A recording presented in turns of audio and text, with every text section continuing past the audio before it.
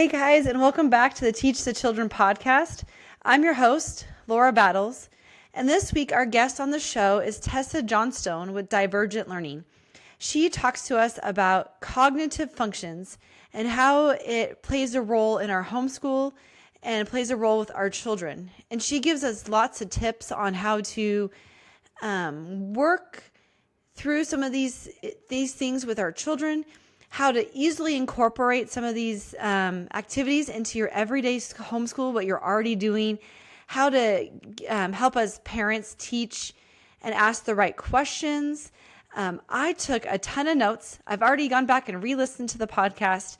So I would encourage you to grab a pencil or a paper and a notebook and just listen in on this podcast. I was just truly blessed with talking with Tessa, and I know you will be also. So without further ado, let's get into it, guys.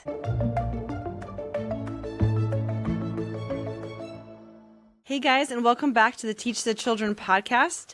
Today we have on here Tessa Johnstone from Divergent Learning, and she is going to teach us something new. It's new to me. So she's going to teach us something about cognitive functions. Oh my goodness, let me say the right words. But I am excited to have her on here. She and I connected at one of the local homeschool conventions a while ago, and so she is here to teach us. So buckle in, grab a notepad and a pencil. I have mine all ready to learn. So welcome, Tessa. Thanks. I'm happy to be here. Yeah. So cognitive functions. Tell us a little bit about all of this and what it is and why it's important to all of us. So sometimes we refer to them as executive functions. Okay. But those two things aren't really the same. So executive functions are the activities that we do that require our cognitive functions to do. So cognitive functions can be looked at as the brain's ability, and it can be looked at in three phases. So input, the information we take in, elaboration, and output. And so in each of these, we have different skills to develop. Like in input, clear and focused perception, right? And if your child lacks clear and focused perception, it's going to cause them to have like sweeping perception where they're not looking carefully for something. So in input, there's a bunch of those. In elaboration, it's like, are they able to spontaneously compare? When they see one thing, can they remember something else and compare those two? Okay. Because if not, then that limits them when they're reading literature, where they're trying to come up with themes. And then in output, we have things that enable us to share our answers, right? To share what we know. So one of the functions that fall under output is the ability to consider another person's viewpoint. So all of these parts, what we take in, and then what we work in our minds, and then what we're able to pop out, what we're able to explain or express, these are like the three faces of cognitive functions. Okay. Yeah. Okay. All right. So now that we know the three phases, where do we go from here? Okay. So it is a lot of information. Yes. So I have my degree in teaching, and then I went through a lot of extra education, and one of them is through Feuerstein. Feuerstein, it's an amazing teaching. He was an amazing professor, and he came up with these theories that all kids were teachable, but we had to teach them how to learn. Okay. That they just didn't know how to learn. Right. Okay. And so what we're doing when we're working on our kids' cognitive functions is we're actually working on thinking about their thinking. And we can do this at any age. Okay. But it's important to know our kids and to know where they're at already. Okay. Okay. So we know where they're at. We're trying to learn where they're at. We're doing the cognitive functions. So how does this work with like helping out at homeschooling? Do we help them? Does this affect the way we teach them? Yes. Or like, are there special curriculums? Like, no. Where do we go? Okay. So I use a curriculum, right, through PHI that I'm trained with. Okay. And it is incredibly basic. And I could show you what that looks like. If you want that, get a hold of me. Okay. But for example, have dot-to-dot pages with no numbers. So really, it's about asking the right questions that inspire the student to learn how to think for themselves. So I could go over what this looks like at all ages, like at a young age. Would that be helpful? Yeah, I think so. Yeah. Okay, so with our young kids, let's say we're going on a nature walk, right? Okay. Or even just a walk at the park. Okay. And we have an opportunity to seize those moments, to ask questions to inspire deeper thinking in our kids. Okay. For example, we have the chance, let's say we're walking and we see a snail on the ground, right? Okay. And our student says, "Ooh, look at that snail." And we have the chance to respond, "Cool." Or we have the chance to say, "Wow, what do you think about that snail?" Oh, okay. And then they're like, "Well, I don't know. I mean, it's cool." Right. What do you think it eats? Does it have a mouth? What do you think about that? What kind of food could it eat? Okay. Right? But we want to inspire them to do most of the talking. So we're asking open-ended questions too. Okay. Right? Yeah, those open-ended, go deeper type of questions. Yes. So Okay. some of the questions we can ask is, what do you notice? Have you seen this before? What do you think you should do in this situation? Or let's see, maybe even, what do you think the problem is? What do you think we need to think about to find the answer? Okay. So these don't always come naturally to us. Yeah. I know they didn't come naturally to me when I was a young mom with my little kids out on our nature hikes in the woods. Right. So it's almost like you need to have a little practice. Like it's okay to actually have some questions prepared, some open-ended questions. As you go on these walks, tuck them into your field journal, right? Okay. But just start asking them. And in the beginning, your kiddo is going to be like, "I don't know." Right? They're not used to this kind of thinking. So it'll take a while to get some answers from them. So just be patient. Okay. Yeah. So that's for little kids. Then what about, some of your older kids? What do you do? How does this look like with older kids? Okay, so the thing is, you can choose to teach it in the subjects that you're already teaching them. Okay. Like, that's a good way to introduce it. But how I do it as an educational therapist is I introduce it in a safe environment. Like, for example, you could do a crossword puzzle, or you could do a word find. And so let's say we're doing it in a safe environment and we're using like a word find. Okay. Before your student even starts, you're going to ask questions. Okay. And that's something different. We usually wait till our students get going on something and they have a problem, and then we ask questions. But that doesn't inspire planning ahead or any of those higher function skills like that. Okay. Right? So a couple of questions that I ask my students when we're starting an activity to work on cognitive function is, what do you notice? What do you see? Have you seen this before? Okay. Right?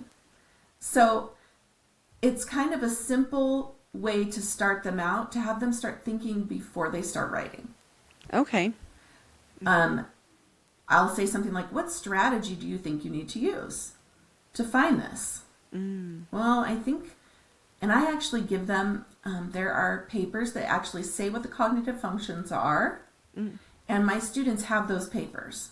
Like, it's not a secret what we're working on. Okay. I tell them, this is what we're working on. Okay. And you can do that too as a mom. You can be like, okay, so a big cognitive function, we're going to work on, like, here, I'll actually show you what I use. I think that'll be easier. And you can have this. Okay. So I have a sheet like this, and it lists all the cognitive functions from input, elaboration, and output. Yeah. And it lists the strengths and weaknesses. Okay. And so you have that right in front of you, and so do they. Right? And you can say, we're specifically working on these cognitive functions. So let's think about it. If we're doing a word find, what cognitive functions do you think we might need to use? I'll give you a couple. Okay? Let's start with input. We've got systematic search, clear and focused perception, precise verbal tools, which means the ability to hear, Okay. which with a crossword puzzle or word find, that's not as important, right? Right. Right. Okay. Conservations of constancies, which means maintaining the primary characteristics of things. Okay. So I gave you a few. Which one do you think you might use to solve a crossword puzzle, or let's just say a word find? Okay. Which one do you think you might use? I think it was like the first one. Was it systematic? Systematic search? Yeah. Yeah. Yeah. At least for me, like I'm going to go through and look for certain letters and then see if the next letter's there. So you're going to start with the first letter. Yep. And then there's a lot of those first letters. So then you're going to go on to the second letter. Correct. Yep. All right, great. And then I'll say, let's start and let's use that strategy and see how it works. Oh, okay. Right? Okay. And then you practice using that strategy, and then we'll actually go through it. And as they're working, I'll say, do you want my help, or are you doing good? Oh. So like I'm inviting myself in, but if Okay. they feel like their strategy is working, Okay. it's fine. Okay. They can just keep using that strategies. Cool. And then I'll say, remember, let me know if you change your strategy. Oh, so they're needing to tell you if they change their strategy. Right. They're Okay. talking to me about it. I'm not telling them Okay. what to do. I'm encouraging them to think about their thinking. Okay. And then when it's over, we talk about it. I say, Right. what worked for you? Oh. And you'll be like, well, I started by using systematic search, but then I noticed that wasn't really working for me. Oh. And so I went back and just looked at the words, and I just let myself like remember what the letters looked like, and I just kind of scanned it like that. And then I'll say, Okay. what was the challenge about this, or the problem that you Okay. encountered?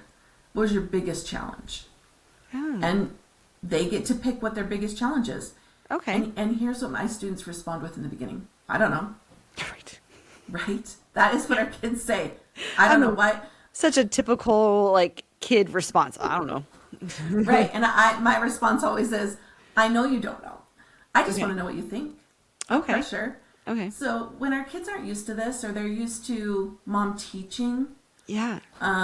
or even being really independent, as some of our high schoolers are, they will really struggle with this. Okay. It will feel hard. They'll feel frustrated. I don't know what I'm thinking. Right. Right? And so you help them by Okay. saying like, okay, well, if I were doing this, I did this with you. Often I do these exercises with my students, Okay. right? And I'll go, well, I know what I had to really think about was having a clear and focused perception. There's just too many words. So I really focused in, and I had to actually turn the music down or off. I had to get quiet, right? So we share our thinking with them. Okay. And then we'll say, let's see, you had a problem. How did you solve that problem? Okay. And they'll be like, well, I just looked for this or that. And then when do you think you might need to use that cognitive function in real life? Okay. That was my next question. Like, how do we tie the word search to, something that Right. they're doing outside of word searching? Right. So that's the tie. That's the tie. Okay. The tie is, hey, we just exercised this, and then we call it the bridge. Oh. The bridge from our teaching to their real life. The Okay. bridge from the exercise they're doing to their real life. Okay. In general, this is a teaching method that has been researched to be really effective. Okay. Is that we always try to tie things to real life, and it's hard. Yeah. When am I ever going to use this in my life, right? Yes.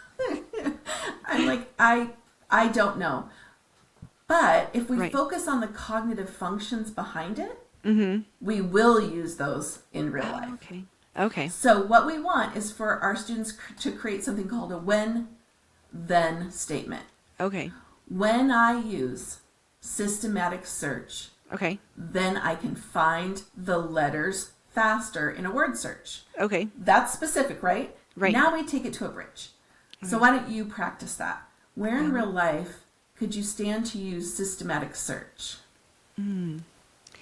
So like when I lose the remote control, Yes. I then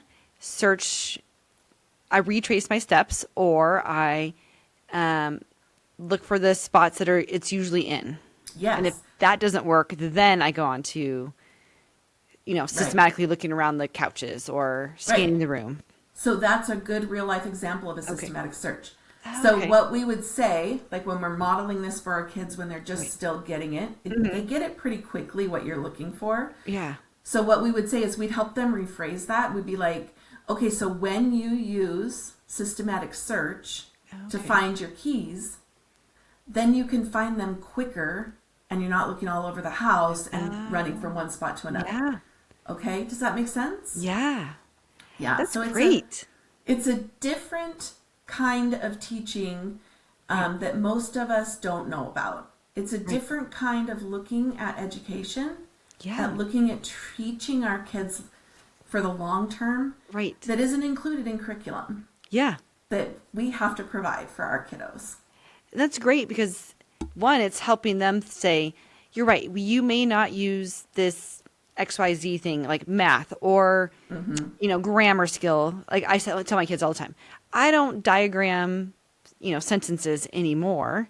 Right. I did that at one point, but now I can say I don't do this, but I use this, for this situation, or I use the reason we diagram that is to break it down to do this next thing. Right.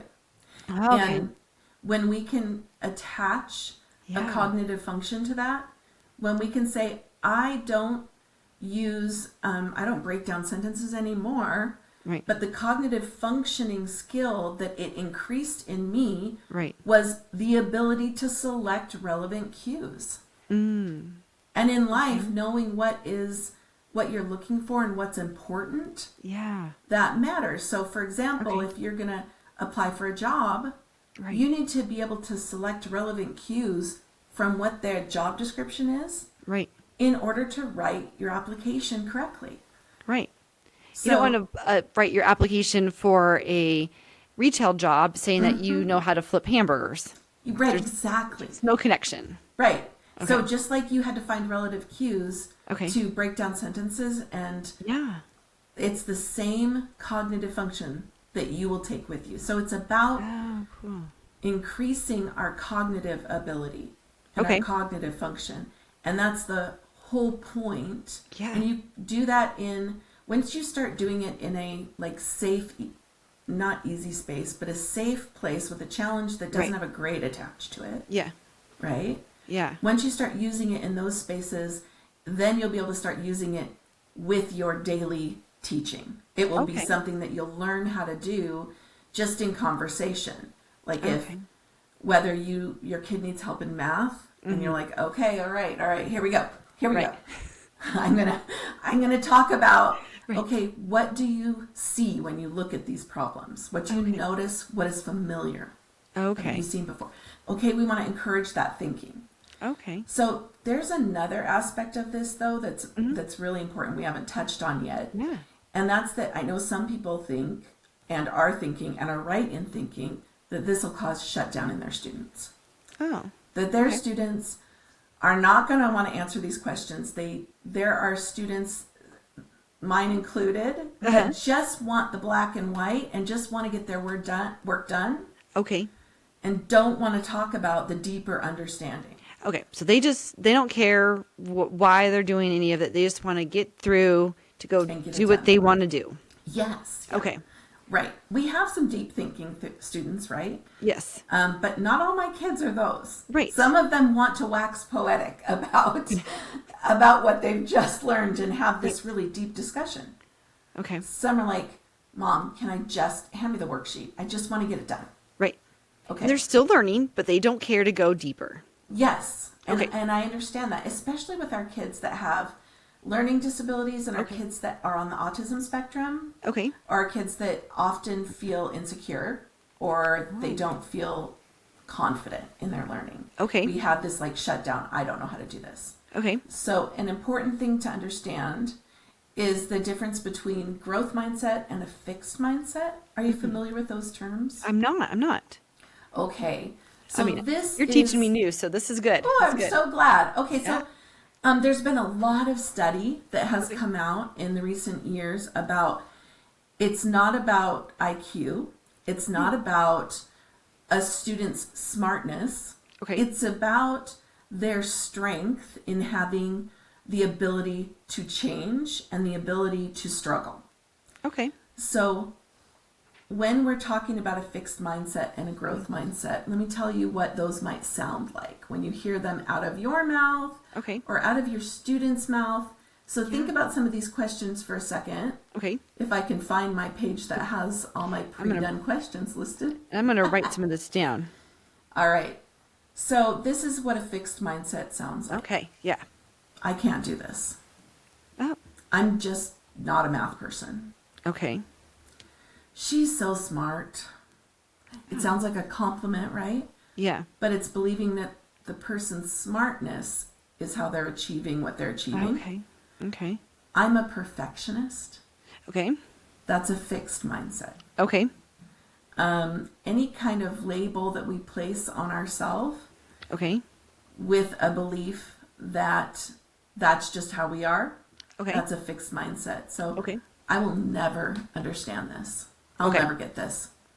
Right? Is it those never always words? I'll never understand this, or I'm always this way, or those. Okay. Right. Even talking to other people about like the thought that she's so talented.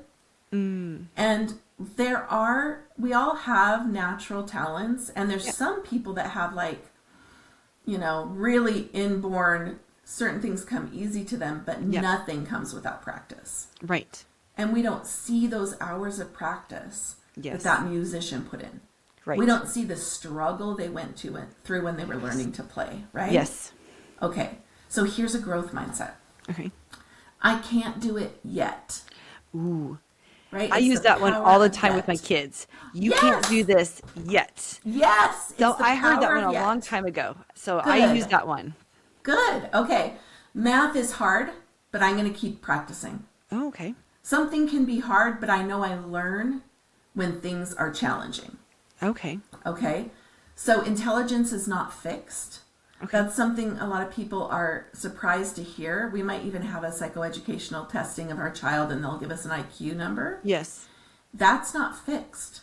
Okay. That IQ only tells where your child is in the present. And they like to say, well, it's a look ahead to what your child's abilities are going to be. Okay. We now know that that is not true. Okay. That's like false information. Cool. And we know now that we can increase a student's IQ. Okay. And so knowing that and understanding that it's not a level of smartness, right? It's a level of working hard. Okay. Okay. I learn when I make and correct mistakes. Okay. The greatest learning actually happens when you make a mistake and you correct that mistake. Okay. And so sometimes our students aren't happy unless they have all the answers right. Yeah. Right? Right. And there's discouragement if they get 20% of them wrong. Right, yeah. And I respond like this. Like when my students come back to me, and I teach literacy things as well. Okay. And they'll come back to me and be like, I got every word wrong. And I'm like, yes! Right? You got it wrong! Which is your worst best mistake? Right. And they'll be like, oh, this one. Like I got the syllables wrong. I got all the vowels wrong. And I'm like, perfect. That means you get to grow. Yeah. Right? Cool. Treating mistakes as positive instead of negative, like, you're doing this test again because you only got 60%. And having our students go, oh. Yeah. Right? Looking at that, it's you're going to learn more because you made those mistakes. Well, just hearing that the fixed mindset sort of sounds negative. I mean, and the growth is more of a positive response. Right. But I like that, how you can go back to your kids and tell them, you know what, you did miss 40% of the problems. You only got 60% right. But those 40% is where we're going to learn. Yes. Like that's where we need to drill it. We need to buckle down and like dig into those. That's where you have room to grow. Yes. It's really true. And changing the narrative that we tell our kids about mistakes. Changing the narrative of how we look at grades. Yeah. I think is really important. And if you have a kid often we have a kid that's like straight A's, and then we've got a child that has learning disabilities that we don't even want to grade them or put them in an age group because they're, maybe reading at a second grade level and they're in sixth grade. And instead of looking at that with fear, we can look at that like, that's all right. Because we know when we struggle and when we work hard and when we make mistakes and fix them, we know we're learning. We know our brain is changing. Okay. And I'll talk to my kids about brain science, about, like we've heard about, the more you practice something, it's like, imagine that you are, it's summer and you're walking to your friend's house and they live across this big grassy field, right? Okay. And you go over there and then your mom yells, "Come home, dinner," right? Those of us that were children in the 70s and 80s were very familiar with that. Yes. And you come back home and then you go right back and then you come back home and you go right back and you do that every day for the summer, right? You're going over there 5 times a week. What happens to the grass you're walking through? You make a trail. You have a path that you go on. You have a path. So the more that you walk down that same line between you and your friend's house, it carves a path. The same thing is true for our brain. Okay. The more time you spend practicing and moving down that path, the deeper the connections get between those two areas of your brain. Okay. So I think explaining how the dendrites and the neurons are working in our brain to connect to each other. Yeah. And that it takes practice. Like you can watch videos of actual neurons. That's cool. And they're trying to link. And it takes time. And we're watching in real time as finally they get linked up. Oh, that's cool. It takes time. Yeah. Yeah. Well, and that's hard for kids because, we want instant gratification. And they want to be able to be the masters of it now. You only see the perfect thing out in public, right? You don't see the behind the scenes. So to say you need, those 40% that you got wrong or incorrect, that's where all the learning is going to go. We're going to redo those things until those things connect. That's hard because they're thinking, well, I can't go forward then. Right. I 60% right. That's a failing grade.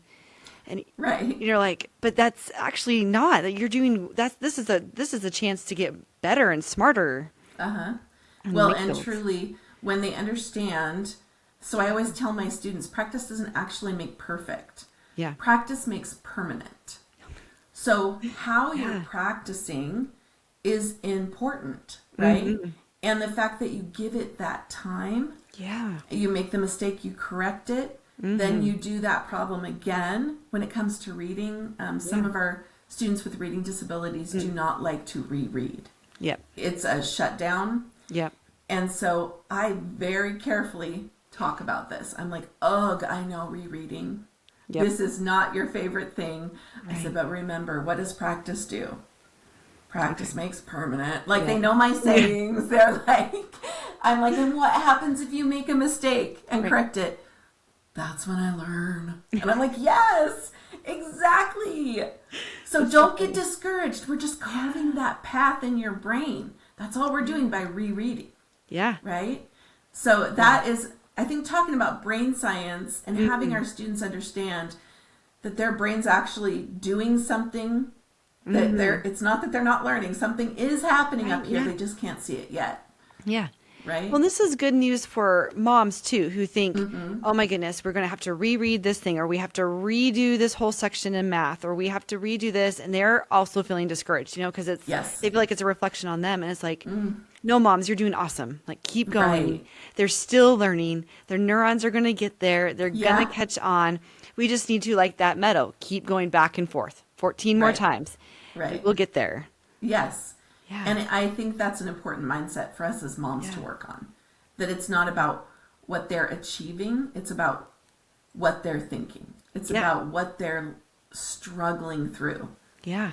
We want things easy. We're used to things being easy. Yes. And in fact, brain science would say that if we have the choice between two options, we're automatically, without thinking about it, going to go with the easier option. Our brain is wired that way. We just want to go with the smoother way. It makes sense, right? Why would you go over a mountain when you can go, through it? Right. Yep. We want ease, and learning doesn't happen in the easy times. Learning happens in the struggle. If you're getting 100% on something, you're no longer learning. Yeah. So I talk about something called the zone of proximal development. Okay. It is a teaching term that we're taught, but that's what I love about homeschooling. Yeah. Is because, so I look at it as like a ring of circles, okay? On the outside, you have things that students can't do even if you try to help them. Okay. On the very inside, you have things students can do without any help. Okay. Then there's this middle ring. Okay. And that's things that students can do with help. And that's where the learning happens. Okay. So if your student is getting 100% on every test, they're actually not in a learning zone. So maybe they get 100% on the final test, but they were struggling through the concept, right? You might have noticed some struggle and they needed some help during it, and that's good. That means you're in the learning zone. Okay. If they cannot do it and they are breaking down and they're experiencing shutdown, that's something they can't do, even with your help. Right. And a lot of times, those are caused by something else that we can talk about in a minute. Okay. But we have to realize as moms that when our students are blowing their way through things, we might need to increase the difficulty. Yeah. We might need to add on another aspect. Okay. Right? Okay. If they are shutting down and refusing to do work, we need to stop and see what they need more instruction in, what they need us to do with them. Yeah. Right? A lot of times when my kids struggle that much, to the point of tears or crying, we just put it to the side and just, maybe they just need to be older and more mature or, or it's just, we're maxed out. And so we're going to take a week off. We're going to go do something and then we'll come back to it. Yeah. The continuing on. Yeah. And trying to keep going when they're shut down. But I can explain a little bit about that too. So everyone's heard of like our fight or flight or freeze brain. And what happens when students start feeling overwhelmed or they're confronted with something that they are scared of, or they're confronted with something that feels too hard for them, they slip into their fight, flight, or freeze brain. Yeah. And that's not where learning happens. Right. Learning doesn't happen when we're down here surviving. Okay. When we're down here crying and shutting down and experiencing high emotions. And that's where kids will slip into that really easy. Even us as adults find ourselves slipping into that and we can't think clearly. We definitely aren't learning. We're surviving. And so when I see shutdown in my students, I will talk about, okay, let's take some deep breaths because you're in, I'll call it like the fast brain and the slow brain. So I'll say, you're in your fast brain right now. You're in your survival brain. So let's take a deep breath and let's go back into our thinking brain or our slow brain. And let's think about what you need to be able to move forward in this. Like what's going on? And I'll stop my students and say, they'll put their head down on the desk and I'll say, oh, what's going on? I can see you're feeling some shutdown. What are you feeling right now? And they might cry or be upset or say it's too hard. And that's good. Yeah. Because then we're bringing it out of that fight or flight and we're bringing it into, we're thinking about what's going on in us. Okay. So I love that you're stopping.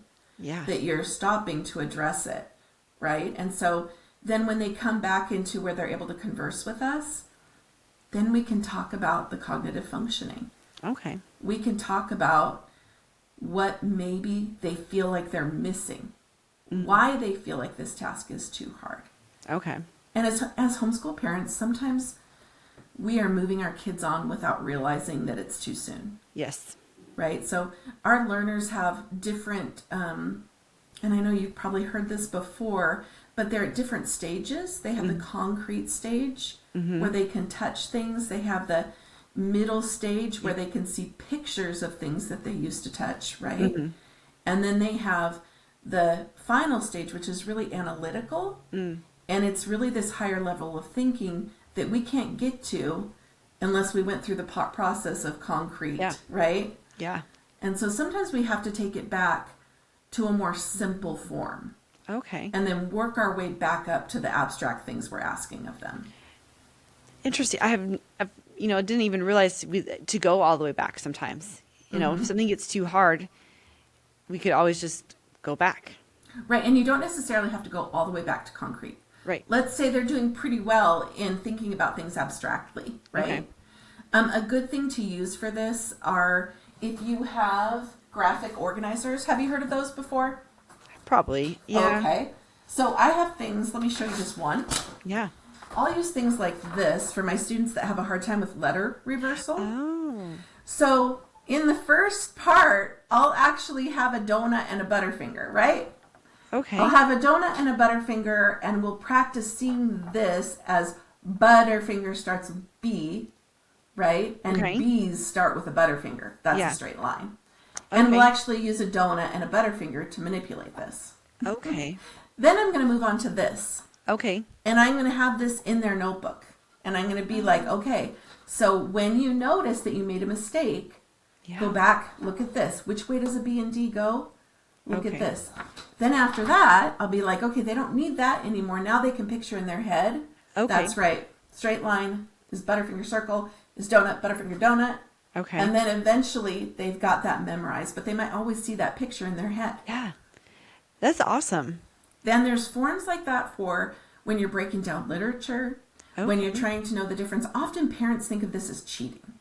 Yeah. So let's get rid of that notion right now. Okay. I have graphic organizers for math that I have my students keep in their notebooks, right? Okay.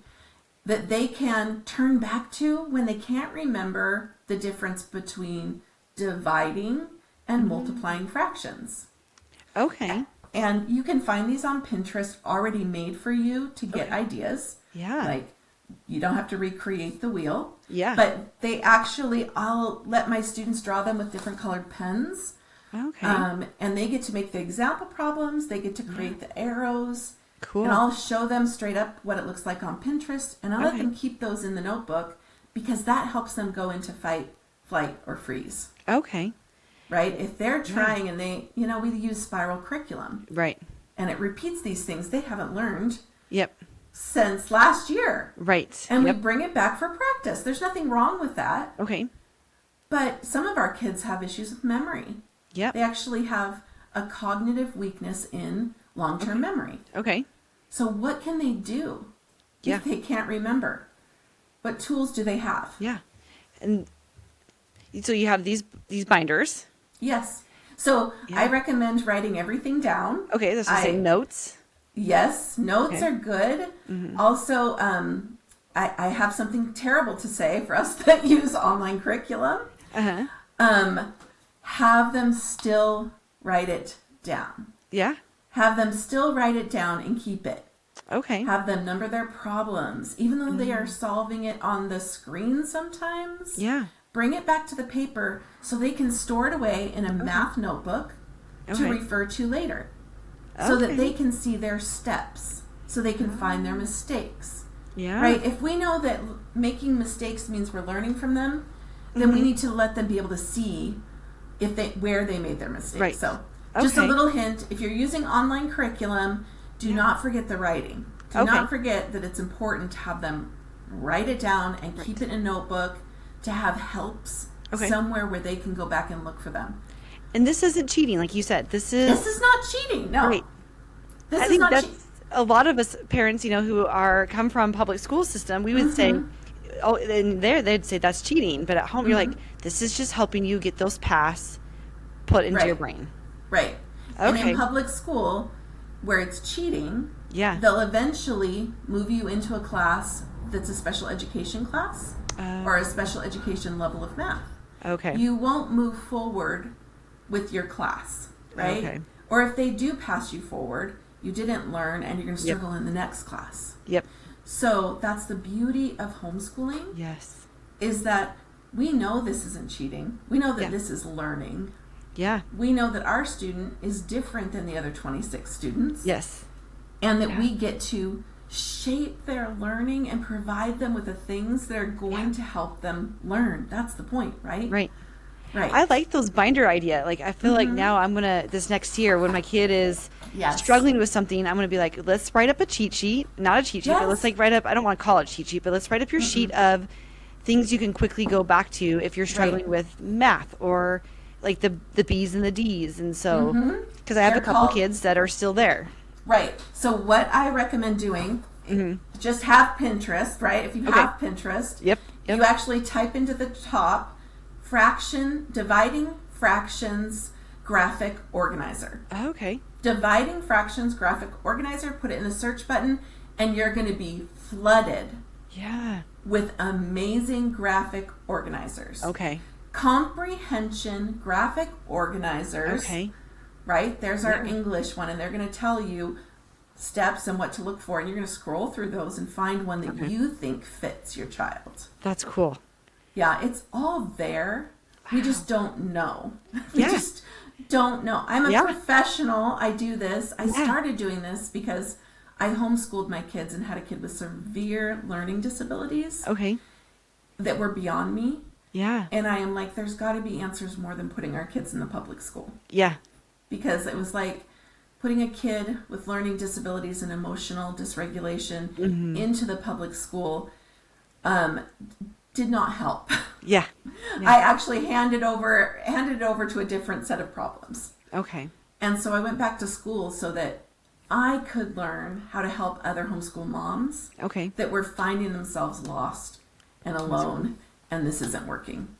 That's awesome. I'm so glad that you did that and you have done all this, because even for some, like for me, this is all brand new. I've been doing homeschool now for 5 years. So people are always like, you're expert. And I'm like, whoa. I have most days I have no idea what I'm doing, and then I come on here and I'm like, my notepad. I'm like, what else are we gonna do? I'm gonna go back and re-listen to this and write down more notes. And and this is a lot. Like I'm giving you a lot, but there are resources out there. Yeah. Some of them are already on my website. Okay. But if you go to, let's say, YouTube and type in growth mindset, Khan Academy has some excellent videos, and I watch them with my kids. Okay. I watch them with my students. I don't have to recreate the wheel. Yeah. I can use somebody else's already fancy. Perfect. It took hours. They don't homeschool their kids, so they can make these videos. Or their kids are already grown up and they saw what, sort of like you do. They saw a problem and they did it, and they're like, this would have helped my kids, so now I know it's going to help someone else's kids. Yes, absolutely. Yeah. Absolutely. Yeah, Cool. There's a lot of information. Yeah. So I know that, but it's about readjusting how we think about learning. Now they can find all that you said on your website. That's at divergentlearning.org. Yes. And they can contact me through there. Yep. I have articles on different things. I explain the methods that I use with my students. Okay. Because I work with, right now, all homeschool students. Sometimes not. I'll work with public school students as well. Okay. But right now, all homeschool students, and I work with them 2 or 3 times a week. Okay. And I take over like the driving force and teach moms how to teach these things while I teach their kids. Cool. So contact me. Yeah. I love people and I love other homeschooling moms. And so if you've got a question or a problem or like, wait a minute, I could really use to see a graphic organizer about this and I can't find it, please email me. Yes, please reach out to me. Yeah. And they can, I know you said you weren't big on social media, but you're still out there on Facebook and Instagram. I am. I'm just real busy and no worries. And I'm from the 70s. So it's a little bit uncomfortable for me, but I try. I am there. You can find me on Instagram and Facebook. Now, you're not in the Tri-Cities. You're up in the Spokane area, right?